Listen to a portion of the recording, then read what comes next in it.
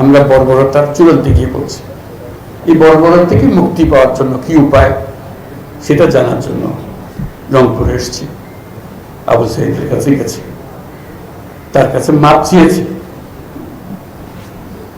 যে তোমাকে এই বর্বরতা থেকে আমরা মুক্তি দিতে পারিনি, ভবিষ্যতে যেন এটা না হয়, এটাই হলো আমাদের বিষয়।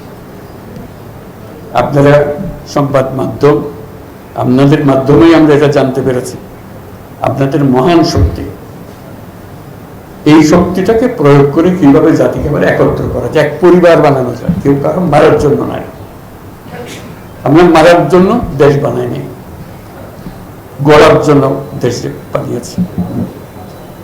এই জিনিসটা পরিষ্কার করার জন্য আপনাদের মাধ্যমে আমরা একটা পরিবার, সবাই সবাইকে রক্ষা করব, সবাই সবার উপরে ওঠার চেষ্টা করব, সবাই মিলে এই জিনিসটা বুঝিয়ে দেওয়া।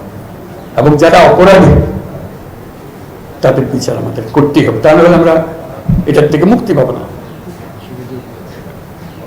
কাজে অপরাধীকে আমরা বিচার করব, যে নিরপরাধ তার উপরে কোন রকমের একটা অপবাদ লাগিয়ে দিয়ে তার উপরে আবার অত্যাচার করে আবার বর্বরতার দিকে যেন আমরা চলে যাচ্ছি।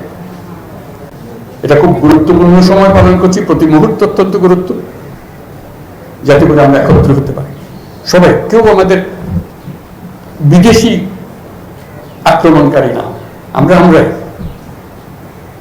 এই আমরা গলাগলি করে বাঁচতে চাই, মারামারি করে না।